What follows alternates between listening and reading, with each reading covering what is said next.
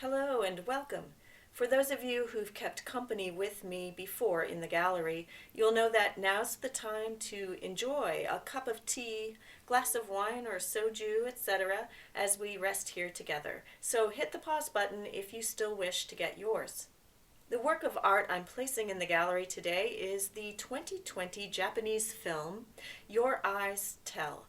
This is a retelling of the Korean movie Always. I happen to prefer this retelling to the original parent story, but I don't feel a compelling need to compare them because each story stands on its own. Your Eyes Tell gives the viewer beautiful cinematography with a rich, intentional use of light and the absence of light. Both the storytelling and acting styles are fairly restrained and minimalist, and thankfully, as such, they do not go over the top mellow and insult the emotional intelligence of the viewers. We get to think, feel, and draw conclusions without heavy handed manipulation. All of this restraint is befitting, I think, as it more powerfully conveys the movie's theme. The theme quote for my analysis is taken from the movie itself, and it's a line of William Shakespeare from his play Romeo and Juliet. Her eye discourses, I will answer it. We are told by our female lead that this is a favorite line of hers. This concept of eyes that speak, of wordless communication in the gaze and response between lovers, serves as an interesting meditation on relationships, on truly seeing another person, and a love that looks deeply beyond the outward appearance to the heart. Our female lead may be physically almost completely blind, but she sees deeply into the heart of our male lead. She pays careful attention to his actions as well as the whole atmosphere around this other person, using her other senses to hear, smell, touch. Although their relationship develops into one with passion as well, this is love, not simply lust objectifying another person. Now, it might be helpful to mention here some meanings of names. From what I could research, our male lead's name, Rui, can mean tears, but also affection. And our female lead's name, Akari, can mean light or illumination. Think of the movie's very opening scene where the camera descends slowly from the ceiling in what might be mistaken for a dark prison cell, and we see Rui curled up, sleeping in cramped boxy quarters. There's nothing light and airy here, and it doesn't seem like he's at home, and it all represents visually the isolation, loneliness, and guilt for past sins that has him imprisoned. Compare this cramped opening scene to the expansive ending beach scene with its dialogue about home. What a picture we're given of the illuminating progression wrought by forgiveness and love. Now on to a series of film images which develop the theme quote.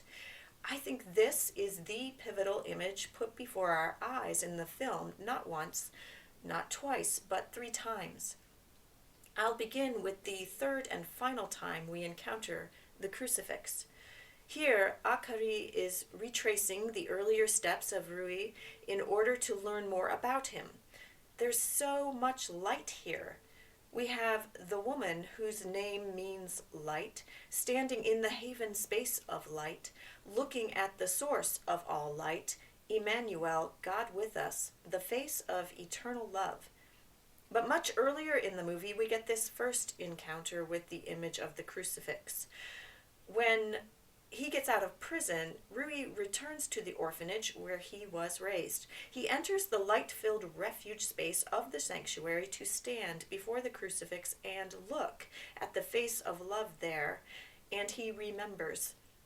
Very intentionally, it seems, we are then shown a flashback scene of another crucifix in a garden outside the orphanage. And this crucifix goes out of focus slowly, fading into the background, as we see what was the blurred image of a child standing in front of the crucifix now come into sharp focus. This is our male lead as a boy with fists bloodied and clenched, and a distressed look on his face, and there's another boy crying in pain at his feet, presumably after being punched by Rui. We see yet another slightly older boy come into view as he puts his arm around our male lead and counsels him with these words, "Don't plead guilty. Good guys just look at idiots." Then the camera shifts back to the present with a close-up on Rui's face as he looks at the crucifix in the sanctuary. The eyes of Jesus discourse or speak. How will Rui answer them? Now, all of this film work seems quite intentional to me. This older boy will grow up to be our male lead's major antagonist, his big brother gang boss. He is a figure of evil and is often shown in visually dark scenes, often wearing sunglasses, perhaps to prevent his eyes being red. And this all contrasts with the light that comes to surround Rui. Out of his own mouth come these words spoken to Rui as he tries to pull him away from the light and back into his dark world. It's hard to live by just going out in the day. Let's get along and help each other live in the shade. Now, this gang boss thinks confessing one's guilt, granting forgiveness, and showing mercy all to be weakness and idiocy. The message of sacrificial love of Jesus on the cross is foolishness to this guy. His motto for the gang is complete punishment for betrayal. And this matches the purpose of evil, that is, destruction or annihilation from the word nihil or nothing. Contrast this with mercy and forgiveness, which seeks to restore an original beautiful image. Comparing him to our female lead, Akari, we may ask, in which character does the real blindness reside? This question of whether mercy is weakness or strength makes me think of an old Anglo-Saxon poem, The Dream of the Rood. I think it's wonderful stuff, and I've provided a link below in the description so you can hear it read in its original Old English. The poet uses imagery and heroic language relatable to a warrior audience. The rood, or cross, is described as a loyal thane to its warrior god, who is strong in mercy, who leaps upon the cross to rescue others by fighting evil and rendering it impotent. The nun who raised Rui at the orphanage shines with love for him in each scene where she's present. In this scene, she encourages him to smile and to give a gift to somebody in his life. When he asks about changing his baptismal name because of his guilt over things he did while in the gang, she also encourages him to live into the vitality of that baptismal name. The name Antonio means priceless and also flourishing, and it seems he doesn't feel worthy to have such a name. If his namesake at baptism was Saint Anthony, it's interesting to note that he was said to have battled demons alone in the desert. Since his crimes and his time in jail, he has chosen to leave his old identity and to try and atone for his guilt. He has removed the tattoo he used to bear on his hand, the mark of his old gang brotherhood. This is all part of his answer to those eyes of love. Here Rui encounters his older brother figure and former gang boss. This is a clear visual representation, I think, of the choice of our male lead to go with his life in a different direction. After his release from prison, light breaks into Rui's life again in the form of Akari, when she bursts unexpectedly into his parking garage attendant booth, thinking at first that he's the old man she used to routinely watch dramas with there. Throughout the film, we get to see the way Rui looks at Akari, at first in surprise and bewilderment and quick glances, then gradually over time with growing love and appreciation and awe in his lingering eyes. At one point, Akari invites him to look her full in the face and waits, insistent, until he overcomes his discomfort and returns her gaze, sees the love for him there, receives it, and answers the love in her speaking eyes with a return of his own. Rui lives into the vitality of his baptismal name eventually and returns to kickboxing at his old gym, a warrior with vigor and heroic purpose, and is soon on target to win the championship.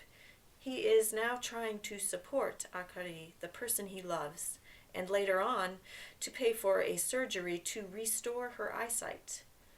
Unfortunately, at this point, he is being threatened and coerced by his former gang boss to return to illegal underground fights, perhaps to the point of sacrificing his own life in order to save the life of Akari.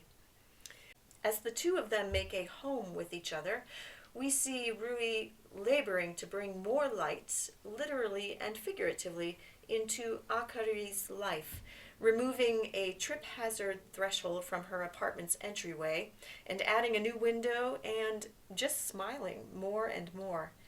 We see them side by side, a visual representation of their choice to go in the same direction in life, oriented to the light. Here, in this scene, Rui listens to Akari humming a song and says to her, "You sing that often."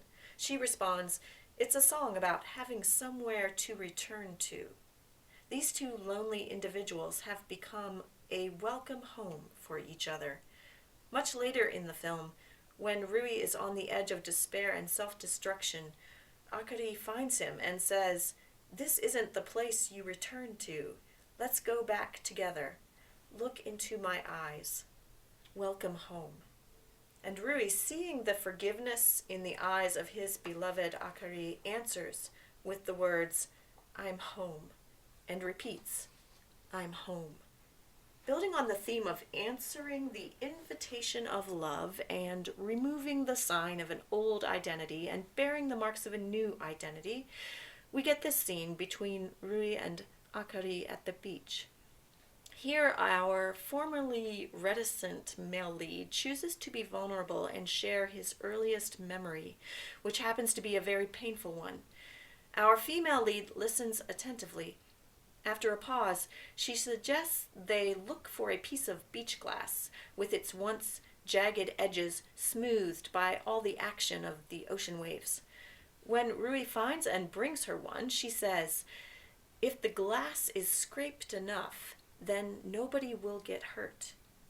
Referring to the hurtful experience from his childhood, she adds, "I'm sure that something as painful as that has a meaning. Don't you want to think that? This sea glass is the charm that holds us together." Now she understands his guilt as she herself deals with some guilt of her own, and they've both been through some pretty painful things. The call and answer of love works toward the restoration of an original beautiful image. All of this makes me think of the Lucy Shaw poem, Polishing the Petoskey Stone.